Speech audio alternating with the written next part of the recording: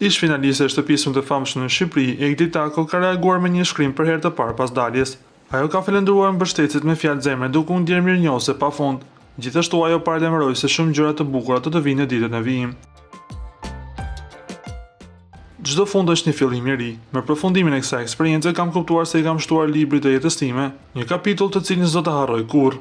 Faleminderit nga zemra publiku im për gjithë dashurinë dhe mbështetjen e pakushtosur që ma keni dhënë dhe vazhdoni ma jepni çdo sekond. Jeni bekim dhe ju dua shumë secilin prej jush. Mezi pres të jem afër jush për gjithë dashurinë që ma keni dhuruar. Ëndra vazhdon, e juaja Egli. Ishin fjalët e Egli Takos.